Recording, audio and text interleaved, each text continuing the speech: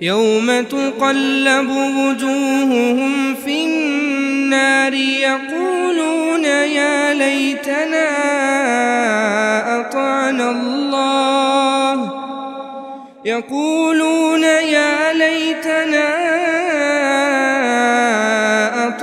الله وأطعنا الرسولا وقالوا ربنا إنا أطعنا سادتنا وكبراءنا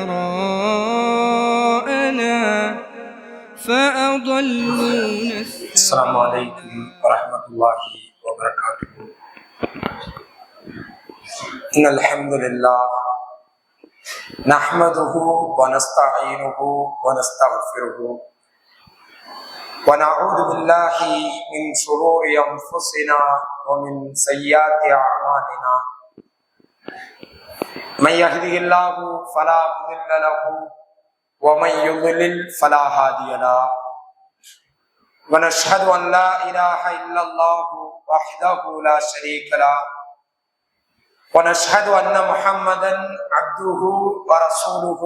أما بعد، قال الله تعالى في القرآن العظيم والفرقان المجيد: أعوذ بالله من الشيطان الرجيم. بسم الله الرحمن الرحيم.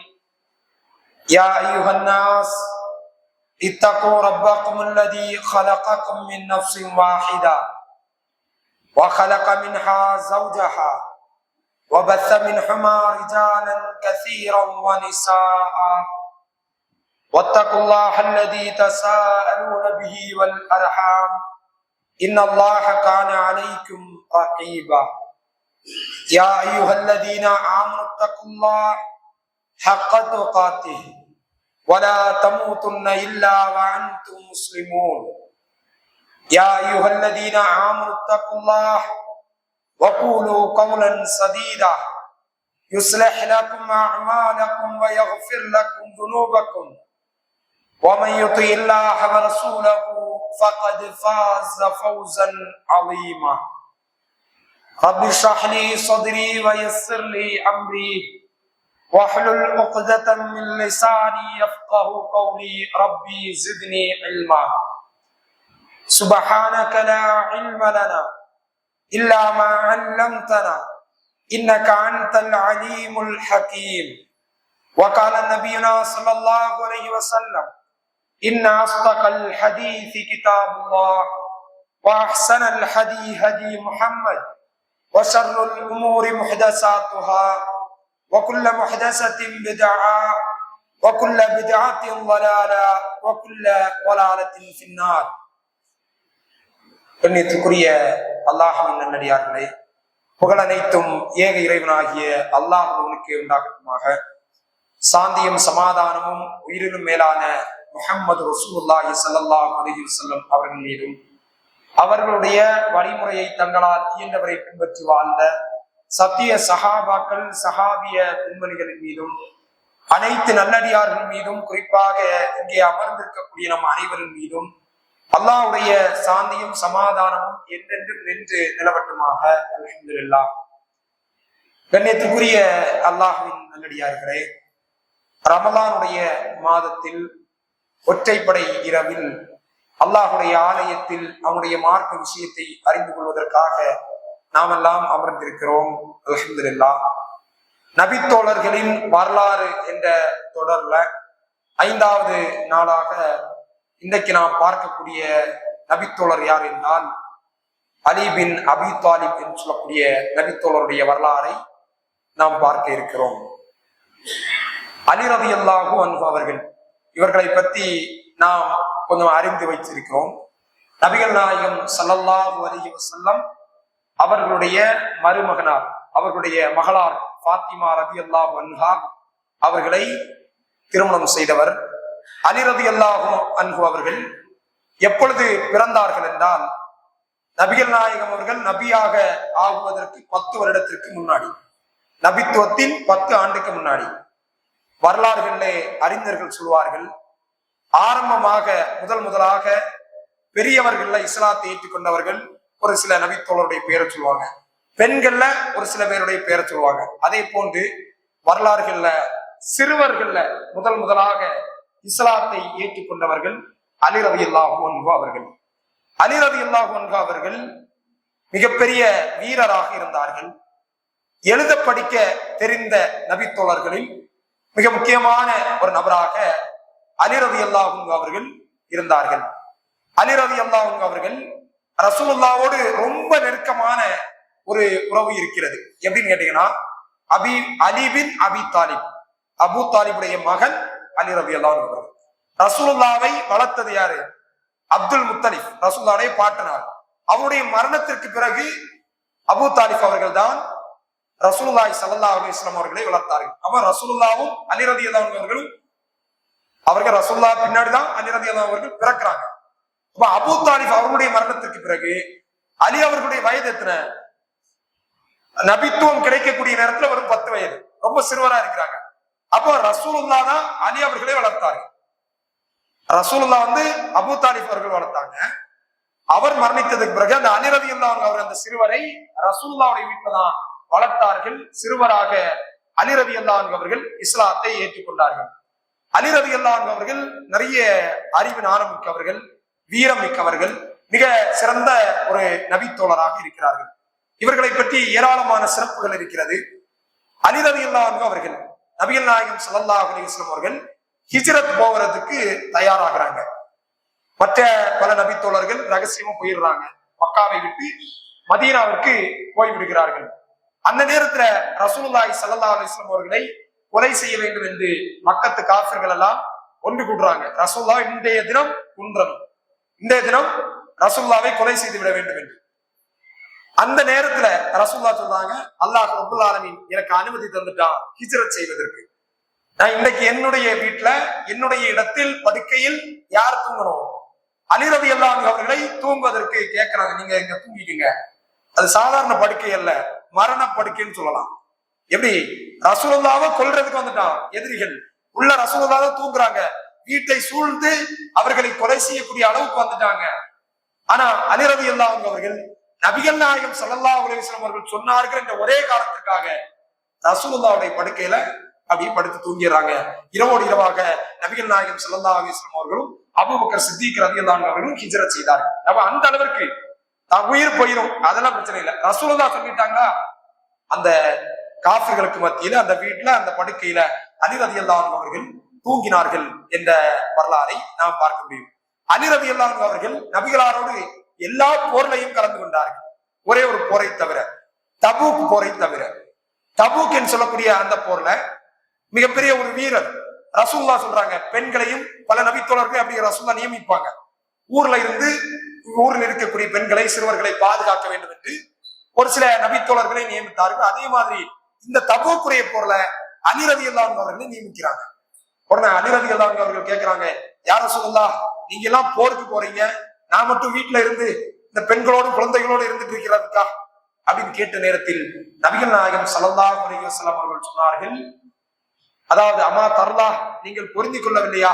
மூசா நபி அலைஹிஸ்ஸலாம் அவர்களுக்கு ஹாரூன் என்று சொல்லக்கூடிய நபி இருப்பதை போன்று எனக்கு நீங்கள் அலியாகிய நீங்கள் இருப்பதை நீங்கள் பொருந்தி கொள்ளவில்லையா? எப்படிப்பட்ட வார்த்தை பாருங்க. மூசா நபிக்கு ஹாரூன் என்று சொல்லக்கூடிய அந்த இறை தூதர் துணையாக இருப்பதை போன்று எனக்கு துணையாக அலியாகிய நீங்கள் இருப்பதை நீங்கள் பொருந்தி கொள்ளவில்லையா? அதோடு குழப்பம் வந்துவிடக் கூடாது என்பதற்காக ஒரு வார்த்தையை நபிகளால் சேர்த்து சொன்னார்கள், லா நபி வாதி. ஆனாலும் எனக்கு முன்னாடி நபி கிடையாது. மூசா நபியும் நபியாக இருக்கிறாங்க, ஹாரூன் அலைஹிஸ்ஸலாம் அவங்களும் நபியா இருக்கிறாங்க. ரசூலுல்லாஹ் நபி, அலி ரலியல்லாஹு அன்ஹு நபின்னு சொல்லிடக்கூடாதுன்னு அந்த இடத்துல ரசூலுல்லாஹ் சேர்த்து சொல்லிட்டாங்க, லா நபி வாதி, எனக்கு முன்னாடி எந்த நபியும் கிடையாது அப்படின்னு சொல்லி முடிச்சிடுறாங்க.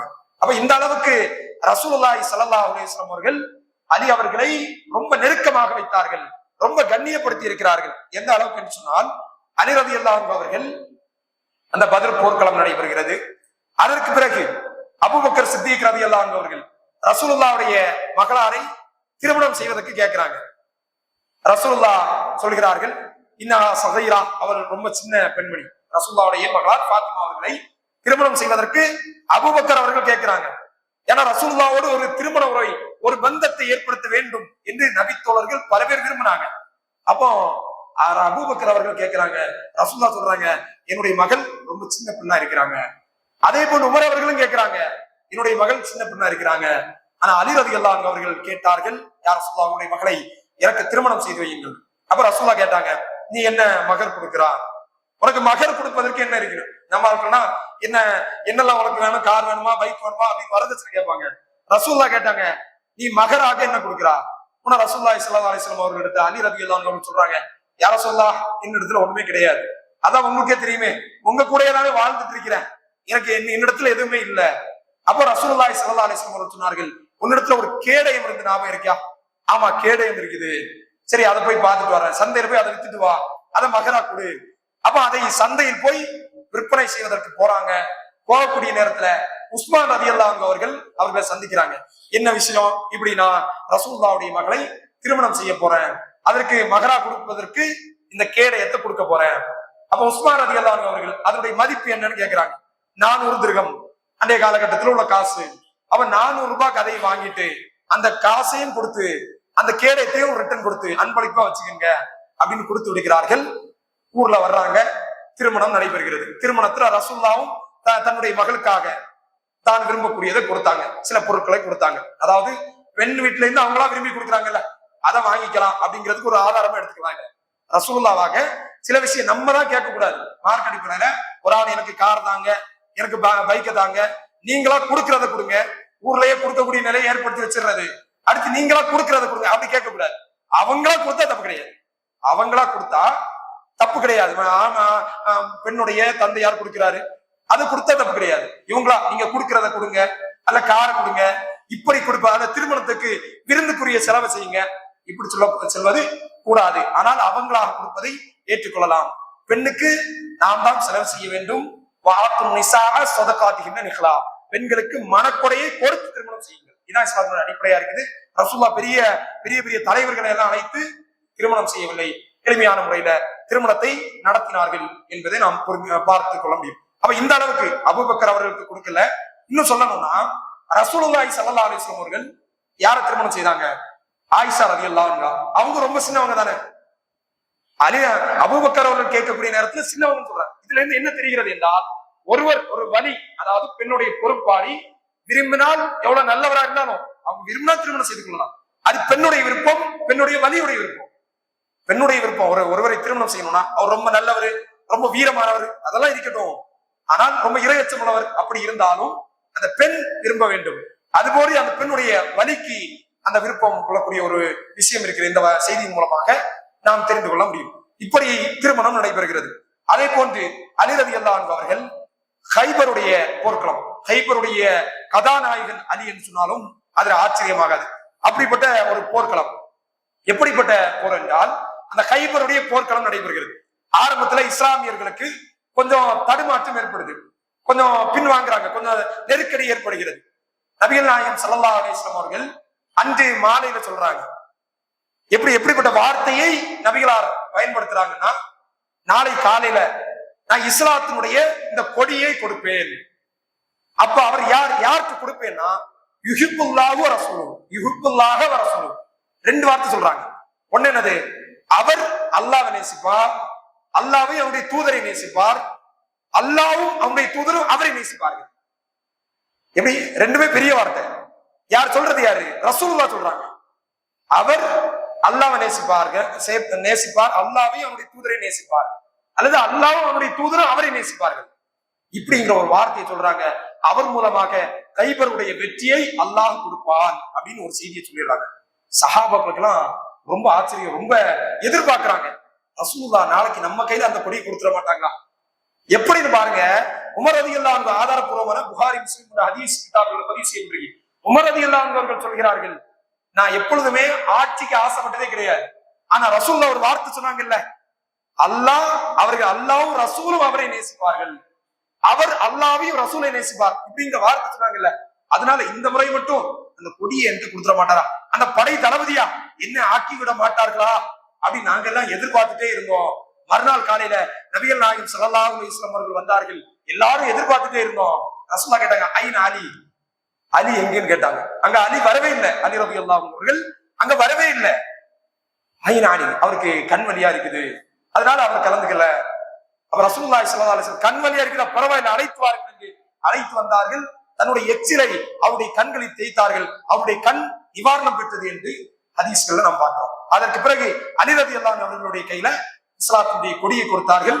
அதன் மூலமாக வெற்றி கிடைத்தது. அப்ப எவ்வளவு பெரிய ஒரு சிறப்பை அலி ரலியல்லாஹு அன்ஹு அவர்களுக்கு நபிகள் நாயகம் ஸல்லல்லாஹு அலைஹி வஸல்லம் அவர்கள் கொடுத்திருக்கிறார்கள். ஏன் என்ன விஷயம் என்று சொன்னால், மற்ற நபி தோழர்களை விட அலி ரலியல்லாஹு அன்ஹு அவருடைய வரலாறு கொஞ்சம் சொல்ல முடியாது, ரொம்ப சர்ச்சை மிகுந்த ஒரு வரலாறு ஆக்கப்படுது.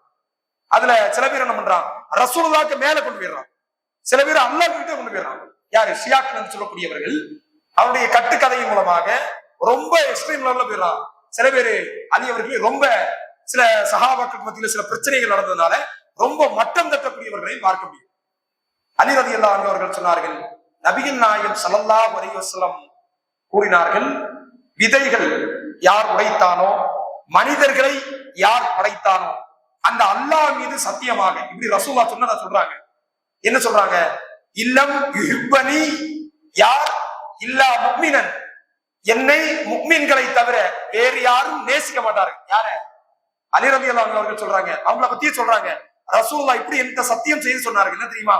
மனிதர்களை படைத்த இறைவன் மீது சத்தியமாக, விதைகளை உடைத்த இறைவன் மீது சத்தியமாக நான் சத்தியம் செய்கிறேன், முஃமின்களை தவிர உன்னை அலியே உன்னை யாரும் நேசிக்க மாட்டாங்க, முனாஃபிக்குகளை தவிர வேறு யாரும் உன்னை வெறுக்க மாட்டாங்க. எப்பேற்பட்ட வார்த்தை பாருங்க. ஒரு ஆள் அலியை நேசிக்கவில்லை என்று சொன்னால், அலியை கொலைகாரர் என்று சொன்னால் அவன் முஸ்லீம் கிடையாது. சிந்திச்சு பார்க்க வேண்டிய ஒரு விஷயம். அப்ப இப்படி முஸ்லிம்களுக்கு மத்தியில நல்ல பெரிய அறிஞர்கள் என்று பேசக்கூடியவர்களே அலி அவர்களை தாறுமாறா பேச வரலாறுலாம் இருக்கு. அப்ப அந்த விஷயத்துல கவனமா இருக்கணும். அதே நேரத்துல அலி அவர்களை நபிகளாரை விட மேல இடத்துக்கு கொண்டு போயிருக்கிறாங்க. ஹந்தக் போர்க்களம், அகல் போர்க்களம், அஹ்ஸாப் போர்க்களம், பல பேர்கள் உள்ள ஒரு போர்க்களம். அதாவது மதீனாவை சுத்தி ஃபுல்லா பெரிய அகல்களை தோண்டுவாங்க. போர் நடைபெறுகிறது. எதிரிகள் ரொம்ப அதிகமா இருக்கிறாங்க. எப்படி எதிர்கொள்வது என்பதற்காக பெரிய அகல் தோண்டப்படுது. மதீனாவை சுத்தி ஃபுல்லா பெரிய குழி. அந்த நேரம் வந்து ரொம்ப கொடூரமான, ரொம்ப சிரமமான நேரமா இருந்துச்சு நபி தோழர்களுக்கு. எந்த அளவுக்கு சொன்னா, சாப்பிடுறதுக்கு உணவு கிடையாது. கெட்டு போன ஆட்டினுடைய கொழுப்பை சிறிது ஒரு கையளவு கோதுமையோடு சேர்த்து சாப்பிட்டோம் என்றெல்லாம் ஹதீஸ்கள்ல பார்க்க முடியும். அப்படி அகல் தோண்டப்படுகிறது. அந்த நேரத்துல, அகல் தோண்டப்படக்கூடிய அந்த நேரத்துல பெரிய போர் நடைபெறாமல் தடுக்கப்பட்டுச்சு. ஏன்னா எதிரிகள் உள்ள வர முடியாது. அவன் ஒட்டகத்துல வந்தான்னா குளிக்க உள்ளாடி விழுந்துருவான், குதிரையில வந்தாலும் உள்ள விழுந்துருவான். அப்ப அங்க இருக்கக்கூடியவர்கள் இங்க தாக்குது, அங்க வில்லி எய்து விடுவார்கள், அம்புகளை எய்து விடுவார்கள். இப்படிதான் கத்திகளை வீசுவான். இப்படிதான் பண்ண முடியுமே தவிர பெரிய போர் நடைபெறல. ஹந்தக்குடைய போர்னு சொல்லுவாங்க, அகல் போர்னு சொல்லுவாங்க. இந்த போர் கடுமையா நடந்துச்சு. கடுமையா போர்ல மிகப்பெரிய போராக நடக்காமல், அந்த கடுமையான வெயிலின் காரணத்தினால கடுமையான குளிர், காலையில் அதிகமான குளிர், பகல்களில் கடுமையான வெயில், இப்படி இந்த போர்க்களம் நடைபெற்றுக் கொண்டிருக்கிறது. அந்த நேரத்துல நபிகள் நாயகம் ஸல்லல்லாஹு அலைஹி வஸல்லம் அவர்கள் சொல்வார்கள், அந்த காஃபிர்களை பார்த்து, ரசூலுல்லாஹ்வுடைய நடு தொழுகை, அசருடைய தொழுகை தவற விட்டப்பட்டது. ரசூலுல்லாஹ்வுடைய தொழுகை அந்த எதிரிகளோடு போர் செய்து கொண்டிருந்ததன் காரணத்தினால தொழுகையை தவற விட்டுறாங்க. அலி அவர்களும் தவற விட்டு விடுகிறார்கள். அந்த நேரத்துல ரசூலுல்லாஹி ஸல்லல்லாஹு அலைஹி வஸல்லம் அவர்கள் கூறுவார்கள், மாலல்லாஹு குபூரஹும் வ புயூத்தஹும் நாரா. அல்லாஹ் ரப்பல் ஆலமீன் எங்களுடைய அசர் தொழுகையை இந்த தடுத்த வீணாக்கிய இந்த காஃபிர்களுடைய வீட்டையும் கபர்களையும் நிரப்புவானாக என்று ரசூலுல்லாஹி ஸல்லல்லாஹு அலைஹி வஸல்லம் அவர்கள் சபிப்பார்கள். இப்படி ஒரு செய்தி வருது. எப்படி ஒரு தொழுகையை வீணடிச்சவர்களுக்காக ரசூலுல்லாஹ் எப்படி வார்த்தையை பயன்படுத்துறாங்க. இப்படி தன்னுடைய கபர்களையும் வீட்டையும், காஃபிர்களுடைய வீட்டை, எங்களுடைய தொழுகையை வீணடித்த காஃபிர்களுடைய வீட்டையும், எந்த அளவுக்கு தொழுகை முக்கியம் என்பதையும் இந்த செய்தியின் மூலமாக நான் தெரிந்து கொள்ள முடியும். இப்படி வீட்டையும் கபரையும் நெருப்பால் நிரப்புவானாக என்று ரசூலுல்லாஹ் துஆ செய்றாங்க. இப்படி ஒரு செய்தி வருது. அலி ரலியல்லாஹு அன்ஹு அவர்கள் தான் இந்த செய்தியை சொல்றாங்க. எதற்காக இந்த செய்தியை சொல்றோம்னா, இன்னொரு செய்தி வரும், பலகீனமான செய்தி. பல அறிஞர்கள் பயான்ல பண்ணுவாங்க. என்ன சொல்லுவாங்கன்னா, அலி ரலியல்லாஹு அன்ஹு அவர்களுடைய மடியில ஒரு சந்தர்ப்பத்துல ரசூலுல்லாஹி ஸல்லல்லாஹு அலைஹி வஸல்லம் அவர்கள் படுத்து தூங்கி கொண்டிருந்தாங்க. அந்த நேரத்துல வஹீயுடைய செய்தி வந்துருச்சு, நீண்ட நேரம் வந்துருச்சு. அதன் காரணத்தினால அலி ரலியல்லாஹு அன்ஹு அவர்களுக்கு அசருடைய தொழுகை வீணாயிருச்சு, தவற விட்டுட்டாங்க. சூரியன் உதிச்சிருச்சு, சூரியன் மறைந்து விட்டது, அசர் முடிஞ்சிருச்சா. அதற்கு பிறகு ரசூலுல்லாஹ் எழுந்ததுக்கு பிறகு அலி அவர்கள் தொழுகைக்கு போனாங்க. போன உடனேயே மறைஞ்ச சூரியன் அப்படியே திருப்பி வந்துருச்சு. இப்படி ஹதீஸ்ன்னு பேசிக் கொண்டிருக்கிறார்கள். பலகீனத்துல ரொம்ப 3-4 அறிவிப்பாளர்கள் பலகீனமான ஒரு ஹதீஸை ரொம்ப பரவலாக அலி அவர்களுடைய சிறப்பை பேச வேண்டும் என்று சொல்லி இந்த ஷியாக்கள் இது ஏராளமான செய்திகளை இப்படி பேசுவதை நம்மால் பார்க்க முடியும். அப்ப நாம் சிந்தித்து பார்க்க வேண்டும். ரசூலுல்லாஹ் அசர் தொழுகையை தவற விட்டாங்க, சபிச்சாங்க. எப்படி காஃபிர்களுடைய வீட்டையும் கபர்களையும் அல்லாஹ் நெருப்பாக்குவான். ஆனா அலி ரலியல்லாஹு அவர்கள் அசரை தவற விட்டார்கள் இன்னொரு சந்தர்ப்பத்துல. ஆனா சூரியனை உண்மையிலிருந்து மீண்டுமே உதிச்சுது என்று சொன்னால் ரசூலுல்லாஹை விட யாரு பெரிய ஆளு? அலி அவர்கள் பெரிய ஆள் என்ற ஒரு கருத்தை இந்த ஷியாக்கள் திணித்துக் கொண்டிருக்கிறார்கள். அது ஒரு தவறான வாதம். இன்னும் ஏராளமான செய்தி உண்டு. அலி ரலியல்லாஹு அவர்கள் மரணித்தார்கள். மரணித்த உடனே எங்க போயிட்டாங்க? அவர்கள் கபரை அடக்கம் செய்யல, அவருடைய உடலை அடக்கம் எல்லாம் செய்யல, அப்படியே வானத்துக்கு போயிட்டு இப்படி எல்லாம் எழுதி வச்சிருக்கிறாங்க. ஜிப்ரீல் அலைஹிஸ்ஸலாம் அவர்கள் வந்தார்கள், வகை செய்தியை கொண்டு வந்தார்கள். அலி அவர்களிடத்துல கொடுப்பதற்கு வந்தார்கள். அலி அவர்கள் விளையாடிட்டு இருந்தாங்க, அதனால ரசூலுல்லாஹ் கையில கொடுத்து போயிட்டாங்க. இப்படி எல்லாம் ஷியாக்கள் அவதூறு பரப்பக்கூடியவர், அதாவது அல்லாஹ்வுடைய இடத்துல கொண்டு போய் அலி அவர்களை பேசக்கூடிய ஷியாக்கள் இருக்கிறார்கள். இவர்களை எதிர்த்துதான் இந்த தௌஹீதை பிரச்சாரம் செய்யதான் சுன்னத் வல் ஜமாஅத்னு ஆரம்பிச்சாங்க. அப்ப அந்த தௌஹீதை பேசக்கூடியவர்கள் அப்ப இந்த விஷயத்துல நாம் கவனமாக இருக்க வேண்டும். அதே போன்று இன்னும் ஏராளமான அலி ரலியல்லாஹு அவர்கள் சம்பந்தமாக ஒரு வரலாற்று செய்தி, ஆதாரப்பூர்வமான ஹதீஸ் எல்லாம் கிடையாது, வரலாற்று ரீதியான ஒரு செய்தி. ரொம்ப அறிவாளியாக இருந்தார்கள். அறிவாளியா இந்த அளவுக்கு அறிவாளியாக இருந்தார்கள் என்று சொன்னால் அவர்களிடத்துல ஒரு ஒரு கணக்கு ஒருவர் வருகிறார். அலி அவர்களே, என்னுடைய தந்தை மரணித்து விட்டார்கள், அவர் வசியத்து செய்துவிட்டு மௌத்தா இருக்கிறார். எப்படி என்ன வசியத்துனா, அவரிடத்துல ஒரு 17 ஒட்டகங்கள் இருக்குது. இதை பங்கிட்டு கொடுக்கணும். ஒரு ஆளுக்கு எத்தனை நேரம் பாதி கொடுக்கணும், இன்னொருவருக்கு 3ல் ஒரு பகுதியை கொடுக்கணும், இன்னொருவருக்கு 9ல் ஒரு பகுதியை கொடுக்கணும். 9 எண்ணத்தை இல்ல, 9ல் ஒரு 9 பங்கு போட்டு அதுல ஒரு பகுதி, இன்னொரு ஆளுக்கு நேரம் பாதி, இன்னொரு ஆளுக்கு 3ல் ஒரு பாதி, 3ஆ பங்கு வச்சு அதுல 1. இப்படி சொல்லிடுறாங்க. இது ரொம்ப மண்டை பிக்கக்கூடிய ஒரு கணக்கா இருந்துச்சு. யோசிச்சு பாருங்க, 17ல ஒரு நேரம் பாதி பிடிச்சாச்சுன்னா 17ல பாதி எத்தனை? 8. ஒட்டகத்தை எப்படி 8 பங்கு வைக்க முடியும்? யோசிச்சு பாருங்க. அப்படி ரொம்பவே கோபமான ஒரு பதிலா இருந்துச்சு. அலி ரலியல்லாஹு அவர்கள் அழகாக ஒரு பதில் கொடுத்தாங்க. அவர்கள் ஒரு ஒட்டகத்துல வந்தாங்க. இப்ப இந்த ஒட்டகத்தை சேர்த்து வச்சுக்க, சரியா? இப்ப எத்தனாச்சு? 18 ஒட்டகம் ஆயிருச்சு. பாதி குடி 9 ஒரு ஆளுக்கு கொடுத்தாச்சு. மொத்தம் 18 ஒட்டகம் இருக்கு, 9 ஒரு ஆளுக்கு கொடுத்தாச்சு. அடுத்து 3ஆ பங்கு வச்சு 3ல ஒரு பகுதி ஒரு ஆளுக்கு, 3ஆ பங்கு வச்சா 18, 3 பங்கு வச்சா 6, 12, 18, 3, 6, 9 கொடுத்தாச்சு. அடுத்து 6 சத்தம் மொத்தம் 15 ஆச்சு. இன்னும் எத்தனை இருக்கு? 3 தான் இருக்குது. அப்ப இன்னும் 9ல ஒரு பங்கு, 18 9ஆ பங்கு வச்சா 2 வரும். 9, 6, 2, 9, 6, 2 எத்தனை? 17 வரும். புரியுதுங்களா இல்லையா? நேர பாதியா ஒரு பங்கு, அதற்கு பிறகு 3ல ஒரு பங்கு, அடுத்து 9ல ஒரு பங்கு. அதை கணக்கு போட்டு பாருங்க. ஏக்கு 9 கொடுத்தாச்சு, பிக்கு 6 கொடுத்தாச்சு, 9, 6, 15. இன்னொரு ஆளுக்கு 2 எண்ணம் கொடுத்தாச்சு, 17. என் ஒட்டகத்தை எனக்கு தாங்கன்னு சொல்லிட்டு அவர் வாங்கிட்டு அஸ்ஸலாமு அலைக்கும் போயிட்டார். எப்பேற்பட்ட ஒரு கணக்கு பாருங்க. இந்த அளவுக்கு அறிவாற்றல்ல ரொம்ப மிக சிறந்த ஒரு மனிதராக அலி ரலியல்லாஹு அவர்கள் இருந்தார்கள் என்பதை வரலாறுகள்ல பார்க்க முடியும். அதே போன்று இந்த ஹந்தக்குடைய போர்க்களத்துல, ஹந்தக்குடைய போரும் பெரிய ஒரு குழி தோண்டப்பட்டு போர்க்களம் நடைபெற்றது. அந்த நேரத்துல அம்ர் அப்படின்னு சொல்லக்கூடிய ஒரு எதிரி அங்கிருந்து கத்துறான், ஏன் நீங்க கோழைகளா இருக்கிறீங்களா? இப்படி நேரடியா போர் செய்ய முடியாதுன்னு இப்படி குழியை தோண்டி கொண்டிருக்கிறீர்களே, முடிஞ்சனா என் கூட மோதி பாருங்க, தனித்தனியா வந்து பாருங்க. ரசூலுல்லாஹி ஸல்லல்லாஹு அலைஹி வஸல்லம் அவர்களிடத்துல அலி ரலியல்லாஹு அவர்கள் கேட்கிறார்கள், யா ரசூலல்லாஹ், நான் அவனை எதிர்கொள்ள போறேன். ரசூலுல்லாஹி ஸல்லல்லாஹு அலைஹி வஸல்லம் அவர்கள் சொல்றாங்க, அவர் பெரிய அம்ரு, ஒரு பெரிய வீரர், அவரெல்லாம் எதிர்கொள்ள முடியாது.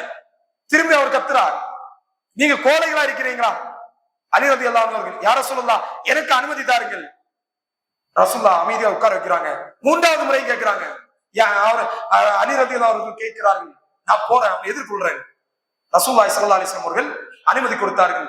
அவன்கிட்ட போய் பேச்சுவார்த்தை நடத்துறாங்க, போறாங்க. அவன் கேட்கிறான், உங்க கூட்டத்துல பெரிய தலைவர்கள் பெரிய ஆட்கள் யாருமே இல்லையா? ஒரு இளைஞனா நீ மட்டும் வந்திருக்கிறா? உடனே அலி ரலியல்லாஹு அவர்கள் சொன்னார்கள், என்னோடத்துல பேச்சுவார்த்தை நடத்தலாம் வரல, கதையை முடிச்சுட்டு போறதுக்கு தான் வந்திருக்கிறேன் சொல்லி கடுமையா அவங்க கூட சண்டை போடுறாரு. புழுதியை கிளப்பி கொண்டிருக்கிறாரு. அந்த ஒரு வீரர், புழுதி பிறக்கக்கூடிய நேரத்துல ஒரு வீரர் வருகிறார். மக்கள் எல்லாம் பேசிக்கிட்டாங்க, அலி அவர்கள் மௌத்துன்னு. ஆனா பார்த்தா இந்த எதிரி அந்த அம்ரை கொலை செய்துவிட்டு கொண்டு விட்டு அலி அவர்கள் திரும்பி வந்தார்கள் என்று அல்லாஹ் அக்பர் என்று தக்பீர் சொல்லியவர்களாக இந்த அளவுக்கு வீரத்துல மிக முக்கியமானவர்களாக இருக்கிறார்கள். இன்னும் சொல்லணும்னா இந்த இபாதத்துடைய விஷயத்துல அலி ரலியல்லாஹு அவர்கள் எந்த அளவுக்கு முக்கியத்துவம் வாய்ந்தவர்களாக இருக்கிறாங்கன்னா, ஃபாத்திமா ரலியல்லாஹு அன்ஹா அவர்கள் அவருடைய கைகள் எல்லாம் அப்படியே கையில காயங்கள் வேலை செய்து தண்ணீரை இறைத்து கைகள் எல்லாம் காயமா இருக்கு, கடுமையான காயம். அலி அவர்கள்ட்ட வர்றாங்க. ரொம்ப வறுமையான ஒரு வாழ்க்கை தான் அலி ரலியல்லாஹு அவர்களுடைய வாழ்க்கை. கேட்கிறாங்க, கையெல்லாம் காயமா இருக்குது பாருங்க, என்னுடைய தந்தை இடத்துல போய் ஏதோ ஒரு அடிமை ஏதோ ஒரு உதவியாளரை நான் வாங்கிட்டு வர்றேன்.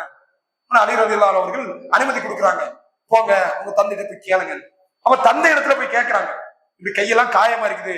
தந்தை இடத்துல கேட்க போன இடத்துல ரசூலுல்லாஹ் வீட்டுல இல்ல. உடனே ஆயிஷா ரலியல்லாஹு அன்ஹா அவர்களிடத்துல இப்படி ரொம்ப சிரமமா இருக்குது, ஏதோ ஒரு வேலை ஆட்கள் அப்படிங்களேன் அப்படி கேட்கக்கூடிய நேரத்துல ஆயிஷா ரலியல்லாஹு அன்ஹா அவர்கள், சரி நான் உங்களுடைய தந்தை இடத்துல சொல்லிடுறேன் அப்படின்னு சொன்னோன்னே திரும்பி வந்துடுறாங்க. சிறிது ரசூலுல்லாஹி ஸல்லல்லாஹு அலைஹி வஸல்லம் அவர்கள் பின்னாடி வர்றாங்க, கொஞ்ச நேரத்துக்கு பிறகு வர்றாங்க. ரசூலுல்லாஹி ஸல்லல்லாஹு அலைஹி வஸல்லம் அவர்களிடத்துல ஆயிஷா ரலியல்லாஹு அன்ஹா அவர்கள் சொல்றாங்க, இப்படி உங்களுடைய மகள் வந்தாங்க, இப்படி ஒரு உதவியாளர் கேட்டிருந்தாங்க, ஒரு அடிமையாவது தாங்கன்னு கேட்டிருந்தாங்க அப்படின்னு சொன்னோன்னே ரசூலுல்லாஹி ஸல்லல்லாஹு அலைஹி வஸல்லம் அவர்கள் தன்னுடைய மகளாருடைய வீட்டுக்கு போறாங்க. மகளாருடைய வீட்டுக்கு போகக்கூடிய நேரத்துல போய் 2 பேரோட, அதாவது மருமகன் மகள் அவரோட ரசூலுல்லாஹி ஸல்லல்லாஹு அலைஹி வஸல்லம் ரொம்ப நெருக்கமாக உட்கார்ந்து இருக்கிறாங்க. நெருக்கமா உட்கார்ந்து இப்படி அடிமையை கேட்டு வந்தீங்களா அப்படின்னு சொல்லிட்டு ரசூலுல்லாஹி ஸல்லல்லாஹு அலைஹி வஸல்லம் சொன்னார்கள், சுப்ஹானல்லாஹ் 33 தடவை சொல்லுங்க, அல்ஹம்துலில்லாஹ் 33 தடவை சொல்லுங்க, அல்லாஹ் அக்பர் 34 தடவை சொல்லுங்கள், இது உங்களுக்கு ஒரு அடிமை கிடைப்பதை விட சிறந்தது அப்படின்னாங்க. யாரு யோசிச்சு பாருங்க, இன்னைக்கு இருக்கக்கூடிய தலைவர்களுடைய வாரிசுகளை நம்முடைய கண்களுக்கு முன்னாடி கொண்டு வரணும். தனியா விமானம் வச்சிருக்கிறான், யாரு தனியாக ஒரு நம்முடைய அமைச்சர் ஒருவர் பேசுறாரு, என் மகன் வாரத்துக்கு ஒருக்க லண்டன் போயிட்டு வர்றாங்க, ஏதோ பக்கத்து வீட்டுக்கு போயிட்டு வர்றது மாதிரி தமிழ்நாட்டை சார்ந்த ஒரு அமைச்சருடைய மகனை பத்தி பேசுறாரு, என் மகன் வாரத்துக்கு ஒருக்கா லண்டனுக்கு போயிட்டு வருவான் அப்படி. அப்ப இப்படி இங்கு வாழக்கூடியவர்கள் இருக்கக்கூடிய நேரத்துல கையெல்லாம் காயம் ஏற்பட்டிருக்குது, ஒரு அடிமையை கொடுங்கள் என்று சொன்ன நேரத்துல ரசூலுல்லாஹி ஸல்லல்லாஹு அலைஹி வஸல்லம் சில துஆக்களை கற்றுக் கொடுக்கிறார்கள். அதையும் ஏற்றுக்கொள்ளக்கூடிய எந்த அளவுக்கு என்றால் அலி ரலியல்லாஹு அவர்கள் சொல்கிறார்கள், நான் மரணிக்கின்ற வரைக்கும் இந்த துஆவை தூங்குவதற்கு முன்னாடி நான் ஓதிக்கொண்டுதான். சஹாபாக்கள் கேட்டாங்க, முஆவியா ரலியல்லாஹு அவர்களுக்கும் உங்களுக்கு ஒரு போர் நடந்துச்சு, இது பின்னாடி வரலாறு, சிப்பின்னு சொல்லக்கூடிய போர், அந்த போருடைய இரவுலையும் நீங்க இதை ஓதிட்டுதான் தூங்குவீங்களா? ஆம், அந்த இரவும் நான் இந்த துஆவை ஓதிக்கொண்டுதான். எவ்வளவு பெரிய ஒரு விஷயம். அதை சாதாரணமா நம்ம சொன்னா நம்முடைய பிள்ளைகிட்ட ஏதோ வாங்கி இருக்குது, சுப்ஹானல்லாஹ் சொல்லுன்னா நம்மளை எப்படி திட்டி அவன் வாயில வந்தெல்லாம் பேசி விட்டுருவான். ஆனால் நபிகள் நாயகம் ஸல்லல்லாஹு அலைஹி வஸல்லம் அவர்கள் அல்லாஹ்வுடைய நினைவின் மூலமாக உள்ளத்துல ஒரு வேதனை வருதா, ஒரு கஷ்டம் வருதா, ஒரு கவலை வருதா, அல்லாஹ் திக்ர் செய், அலா பிதிக்ரில்லாஹி தத்மைனல் குலூப், அல்லாஹ்வை நினைப்பதன் மூலமாக உள்ளங்கள் நிம்மதி அடைகிறது என்பதை தன்னுடைய பிள்ளைக்கு கற்றுக் கொடுத்தார்கள். அப்ப அதை அவர்கள் பின்பற்றே செய்தாங்க. எப்படி ஒரு பக்குவமாக மகளை தன்னுடைய குடும்பத்தை நடத்தி இருக்கிறார்கள் என்பதை நாம் சிந்தித்து பார்க்க வேண்டும். இப்படி ஏராளம் இபாதத்துடைய விஷயத்துல இன்னும் சொல்லணும்னா, அலி ரலியல்லாஹு அவர்கள் ஒரு சந்தர்ப்பத்துல நடந்து போறாங்க. அவங்க சொல்றாங்க, நான் ஒரு மனிதரை பார்த்தேன், அவர்களிடத்துல அழகான செருப்பு இருந்துச்சு, ரொம்ப அழகான செருப்பு. அவர் ரொம்ப அழகான செருப்பு போட்டிருக்காரு, எனக்கு செருப்பு இல்லையே அப்படிங்கிற ஒரு வருத்தம் வந்துச்சு. நான் இன்னொரு மனிதரை பார்த்தேன், அவனை பார்த்தோம்னா எனக்கு ரொம்ப வருத்தம் வந்துருச்சு, ஏன்னா அவனுக்கு காலே இல்ல. முதல் மனிதருக்கு அழகான செருப்பு இருந்துச்சு, அதை பார்த்து எனக்கு செருப்பு இல்லைன்னு வருத்தப்பட்டேன். இன்னொருவருக்கு காலை இல்லை. அவன் அந்த இறை அச்சத்தை, உலக விஷயத்தை பார்த்து அந்த இறை அச்சத்தை அதிகப்படுத்துறாங்க. அவனை பார்த்து வேதனைப்பட்ட, அல்லாஹ் எனக்கு அழகான கால் தந்திருக்கிறானே. அப்போ நபிகளார் சொன்னார்களே, உங்களை யாராவது ஒருவர் வசதி வாய்ப்பு மிக்க செல்வந்தரை பார்த்தால் கீழ் நிலையில் உள்ளவனை பாரு. நம்மை விட பல கோடி மக்கள் கீழ் நிலையில இருக்கிறான். நம்ம அல்ஹம்துலில்லாஹ் சாப்பிடுறோம், நமக்கு சில நோய்கள் ஏற்பட்டிருக்கலாம், ஆனால் பலஸ்தீனுடைய அந்த மக்களை எடுத்து பாருங்க, எவ்வளவு கஷ்டங்கள் வார்த்தையால் சொல்ல முடியுதா. ஒரு 3-4 வயது குழந்தை வீடியோ இணையதளத்துல வருது, வல்லாஹி எங்களை அல்லாஹ் மீது சத்தியமா நோன்பை திறப்பதற்கு எங்களுக்கு ஒண்ணு இல்லை, தண்ணீர் இல்லை, அழுது கொண்டே சொல்கிறது. சும்மா நடிப்பு கிடையாது. அது சிந்திச்சு பாருங்க, அல்லாஹ் ரப்பல் எந்த நிலையில நம்ம வச்சிருக்கிறான். நாம் அல்லாஹ்வுடைய ஆற்றலை, அல்லாஹ் தந்த அந்த அருள் வளங்களை நினைத்து அல்லாஹ்வுக்கு நன்றி செலுத்துறோம். அல்லாஹ்வை நாம் நினைக்கிறோம். அல்லாஹ் பதுக்குறூனி அதுக்குறக்கும், நீங்கள் என்னை நினைவு கூறுங்கள், நான் உங்களை நினைவு கூறுகிறேன். இறைவன் சொல்கிறார், நீங்கள் எனக்கு நன்றி செலுத்துங்கள், உங்களுக்கு நான் அதிகப்படுத்தி தர்றேன். நன்றி மறந்து விடாதீர்கள் இறைவன் சொல்றாங்க. அப்ப இப்படி அல்லாஹ்வுக்கு நன்றி கூற விஷயத்திலையும் அதுல கவனமா இருந்தாங்க. இப்படி ஏராளமான விஷயங்கள். உமர் ரலியல்லாஹு அன்ஹு அவர்களுக்கும் அலி ரலியல்லாஹு அன்ஹு அவர்களுக்கும் ஒரு உமர் அவர்கள் கலீஃபாவாக இருக்கிறாங்க. கலீஃபாவாக இருக்கக்கூடிய நேரத்துல அலி ரலியல்லாஹு அவர்களுக்கு ஒரு யூதருக்கு ஒரு பிரச்சனை. உமர் அவர்கள்ட்ட வர்றாங்க. உமர் அவர்கள் பேசுறாங்க. அலி ரலியல்லாஹு அவர்களுக்கு கொஞ்சம் மரியாதை கொடுத்து பேசுறாங்க. அந்த யூதனை சாதா அவனுடைய பேரை சொல்லி பேசுறாங்க. உடனே அலி ரலியல்லாஹு அவர்கள் ஒரு கலீஃபா அவர்கள் கேட்கிறாங்க, நாங்க உங்கள்ட்ட வழக்கு சம்பந்தமா வந்திருக்கிறோம், நீங்க நேர்மையா பேசணும், எனக்கே அதை எப்படி நீங்க மரியாதை கொடுக்குறீங்க, அவரை எப்படி மரியாதை கொடுக்காம இருக்கிறீங்க என்று பேசினார்கள். உடனே உமர் ரலியல்லாஹு அவர்கள் சொன்னார்கள், நீங்கள் இந்த பூமியில இல்லாத பொழுது, நீங்கள் பூமியில இருக்கக்கூடிய காலம் வரைக்கும் நான் உயிரோடு இருந்தா போதும். எப்படி விட வார்த்தை போடுறாங்க, நீங்க இல்லாத பொழுது நான் இருக்கக்கூடாது இந்த உலகத்துல, அப்படிங்க அதற்கு நான் ஆதரவு வைக்கிறேன் என்று சொன்னார்கள். சொன்னால் அந்த உமர் அவர்களுக்கும் அலி அவர்களுக்கும் ஒரு ஒற்றுமை இருக்குது. நேற்றைய தினத்துல கூட சொல்லியிருந்தோம். உமர் அவர்கள் மரணிக்கக்கூடிய நேரத்துல அலி ரலியல்லாஹு அவர்கள் சொன்னார்கள், நான் ரசூலுல்லாஹி ஸல்லல்லாஹு அலைஹி வஸல்லம் அவர்கள் அதிகமான முறை நானும் அபூபக்கரும் உமரும் ஒரு இடத்துக்கு போனோம், நானும் அபூபக்கரும் உமர் ஒரு இடத்துல இருந்து வந்தோம், நானும் அபூபக்கரும் ஒரு இடம் உமரும் ஒரு இடத்தில் நுழைந்தோம் என்று சொன்னார்கள். அல்லாஹ் உங்களுக்கு அருள் செய்வான் அப்படின்னு சொன்னாங்க. இப்படி ஒவ்வொரு நபித்தோழர்களோடும் அவர்களுக்கு ஒரு நல்ல ஒரு ஒற்றுமை இருந்தது. இறுதி பகுதியாக அபூபக்கர் அலி ரலியல்லாஹு அன்ஹு அவர்கள் அவர்களுடைய காலத்தில் ஒரு சர்ச்சையான பிரச்சனைகள் என்னவென்றால், உஸ்மான் ரலியல்லாஹு அன்ஹு அவர்கள் ஆட்சியாளராக இருக்கிறாங்க. உஸ்மான் அவர்கள் கொல்லப்படுறாங்க. கொண்டது யாருன்னா முனாஃபிக்குகள். ஆனால் அவர்கள் முஸ்லிம்களை போன்று நடித்துக் கொண்டிருந்தார்கள். அவங்க அலி ரலியல்லாஹு அன்ஹு அவருடைய சைடுல நிற்கிறாங்க, முஸ்லிம் போல நடிச்சிட்டு இருக்கிறாங்க. அலி ரலியல்லாஹு அன்ஹு அவர்கள் அதற்கு பிறகு கலீஃபாவாக ஆட்சி பொறுப்பை ஏற்க வேண்டும் என்று ஜுபைர் என்று சொல்லக்கூடிய பெரும்பெரும் நபித்தோழர்கள், அந்த காலகட்டத்தில் வாழ்ந்த பெரும்பெரும் நபித்தோழர்கள் எல்லாம் அலி அவர்கள் கலீஃபாவாக வர வேண்டும் என்று சொன்னார்கள். அலி அவர்களும் ஏற்றுக்கொள்றாங்க, நான் கலீஃபாவாக வர்றேன். கலீஃபாவாக வருகிறார்கள். வந்த நேரத்துல ஆயிஷா ரலியல்லாஹு அன்ஹா அவர்களும் இன்னபிர முஆவியா ரலியல்லாஹு அன்ஹு அவர்களும் என்ன சொல்றாங்க, உஸ்மான் அவர்களை கொலை செய்த அந்த குற்றவாளிகளை உடனடியே நீங்கள் கைது செய்யணும், அவர்களுக்கு மரண தண்டனை கொடுக்கணும், உஸ்மான் அவர்களை கொண்டவர்களை நீங்கள் பழி வாங்க வேண்டும் என்று அலி அவர்களிடத்துல கோரிக்கை வைக்கிறார்கள். அலி அவர்கள் சொல்றாங்க, இப்பதான் நம்ம நெருக்கடி குழப்பத்துக்கு மத்தியில தான் ஆட்சிக்கு வந்திருக்கிறோம், இப்பவே அவர்கள் மீது நடவடிக்கை எடுத்தா ரொம்ப பிரச்சனை ஆகிடும், கொஞ்சம் காலத்துக்கு பிறகு நான் நடவடிக்கை எடுக்கிறேன் அப்படின்னு சொல்றாங்க. அதுதான் வரலாறுகள்ல நபி தோழர்களுக்கு மத்தியிலே இரண்டு போர்கள் நடைபெற காரணமாச்சு. ஆயிஷா ரலியல்லாஹு அன்ஹா அவர்களும் அலி ரலியல்லாஹு அன்ஹு அவர்களும் ஒரு ஜபல் போர்னு சொல்லுவாங்க. ஜபல்னா ஒட்டகம். ஆயிஷா அவர்கள் ஒட்டகத்துல வந்தது காரணத்தினால ஒட்டகம் நபித்தோழர்கள் மத்தியிலே சில பிரச்சனைகள், சண்டைகள், அதுல ஒரு சில நபித்தோழர்கள் கொல்லப்படவும் செய்திருக்கிறார்கள். அதற்கு பிறகு சாம் தேசத்துல கவர்னராக இருந்த முஆவியா அவர்களும் இதே கருத்தில் நிற்கிறாங்க. எப்படி நிற்கிறாங்க, உஸ்மான் அவர்களை கொலை செய்தவர்களை பழி வாங்கி ஆகணும். அலி அவர்கள் சொல்றாங்க, நான் பழி வாங்குறேன், இப்ப அதுக்குரிய சூழ்நிலை இல்ல, கொஞ்சம் அவகாசம் தாருங்கள் அப்படின்னு சொல்றாங்க. ஆனா இல்லை, நாங்கள் போர் செய்வோம். அங்கிருந்த முனாஃபிக்குகளை முஸ்லிம்களுக்கு மத்தியில் போரை தொடங்கி வைத்தார்கள். அதனால பல நபித்தோழர்கள் கொல்லப்பட்டார்கள். ஆனால் இறுதியாக அனைவரும் குர்ஆனை தூக்கி பிடித்து சமாதானமாய் கொண்டார்கள். அதற்கு பிறகு ஹவாரிஜிகள் என்று சொல்லக்கூடிய இஸ்லாத்தில இருந்து காஃபிராக மாறிவிட்டவர்களை எதிர்த்து அலி அவர்கள் போர் செய்தார்கள், மரணித்தார்கள் என்றெல்லாம் நம்ம அதாவது ஒரு முனாஃபிக்கால் கொல்லப்பட்டு, முஸ்லிம் அல்ல, முஸ்லிமுடைய பேர் தாங்கியால், அதாவது ஹவாரிஜின்னு சொல்லுவாங்க, அவர்களால் வாள்ல விஷத்தை தடவி உமர் அவர்கள் கொல்லப்பட்டதை போன்று உமர் அவர்கள் கத்தியில விஷத்தை தடவி கொல்லப்பட்டார்கள். அதே போன்று அலி அவர்களும் வாள்ல விஷத்தை தடவி குத்தப்பட்டு 3வது நாள்ல மௌத்தானார்கள், ஷஹீதானார்கள் என்பது வரலாறு. வாழ்க்கையில பெரும்பகுதி குழப்பமான ஒரு பகுதி, பெரிய ஃபித்னாக்கள் நிறைந்த ஒரு பகுதியாக இருக்கிறது. அவன் இந்த விஷயங்களை எல்லாம் வைத்து நபித்தோழர்களை வைத்து அவமதிப்பது, தவறாக பேசுவது சமுதாயத்தில் நிறைய நடைபெறுகிறது. நபிகள் நாயகம் ஸல்லல்லாஹு அலைஹி வஸல்லம் சொன்னார்கள், லா தசுப்பு அஸ்ஹாபி, என்னுடைய தோழர்களை திட்டாதீர்கள், என்னுடைய தோழர்களை திட்டாதீர்கள். அவர்கள் ஒரு கையளவு, 2 கையை சேர்த்து சொன்னாங்க, அல்லது ஒரு கையளவு கோதுமையை தான தர்மம் செய்வது நீங்கள் உஹது மலையளவு தங்கத்தை தர்மம் செய்வதை விட சிறந்தது. அப்ப இந்த விஷயத்துல நபித்தோழர் அவர்களுக்கும் அவர்களே அல்லாஹ் மன்னிப்பான். ஏராளமான சிறப்புகள். சொர்க்கவாசியில 3வது 4வது இடத்துல ஏற இருக்கிறாங்க. அலி ரசூலுல்லாஹ் சொன்னாங்க, அபூபக்கர் ஃபில் ஜன்னா, உமர் ஃபில் ஜன்னா, உஸ்மான் ஃபில் ஜன்னா, அலி அபி தாலிப் ஃபில் ஜன்னா. இப்படி சொர்க்கவாசி என்று நற்செய்தி சொல்லப்பட்டவர்கள். ஏற்கனவே சொன்னதை போன்று முஃமின்கள் என்னை நேசிப்பார்கள், முனாஃபிக்குகள் என்னை வெறுப்பார்கள் அப்படின்னு அலி ரலியல்லாஹு அன்ஹு அவர்கள் சொல்லியிருக்கிறாங்க. இப்படி ஏராளமான தபூக் போர்க்களத்துல அலி ரலியல்லாஹு அதில் கலந்து கொண்டவர்கள் சொர்க்கவாசிகள் சொல்லியிருக்கிறாங்க.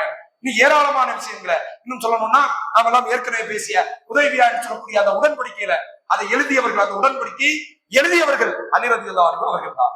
அப்ப அந்த நபிகளார் ஏற்கனவே சொன்னாங்க, பூமியில் வாழக்கூடியவர்களில் மிகச் சிறந்தவர்கள் இந்த மரத்துக்கு கீழே பைஅத் செய்தவர்கள், பைஅத்துர் ரிதுவான் சொல்லுவாங்க, அதிலும் அலி அவர்கள் கலந்திருக்கிறார்கள், பத்ர் போர்க்களத்தில் கலந்திருக்கிறார்கள். இப்படி ஏராளமான சிறப்புகள், சொர்க்கத்தை கொண்டு நற்செய்தி சொல்லப்பட்ட அந்த நபித்தோழர்களை எந்த அளவிற்கு நேசிக்க வேண்டும் அந்த அளவுக்கு நாம் நேசித்து, அவர்கள் அளவு கடந்தும் நேசித்து விடக்கூடாது. அளவு கடந்தா ரசூலுல்லாஹ்க்கு மேல சியாக்கள் பண்றாங்க, அந்த நிலையிலும் போகாமல் அவர்கள் தவறு செய்தார்கள், சண்டை போட்டார்கள் என்று சொல்லி அவர்களை திட்டுவதற்கு நமக்கு அனுமதி கிடையாது. ஏன்னா அல்லாஹ் அவர்களை மன்னித்தான், மன்னிப்பதாக வாக்குறுதி கொடுத்திருக்கிறான். ஆகவே அவர்களை நேசித்து இரு உலகிலும் அவருடைய வாழ்க்கை வழிமுறையிலிருந்து நல்ல பல முன்மாதிரிகளை பெற்று வாழ்வதற்கு அல்லாஹ் ரப்பல் ஆலமீன் நம் அனைவருக்கும் அருள் செய்வாராக. அஸ்ஸலாமு அலைக்கும் வரஹ்மத்துல்லாஹி வபரகாத்துஹு.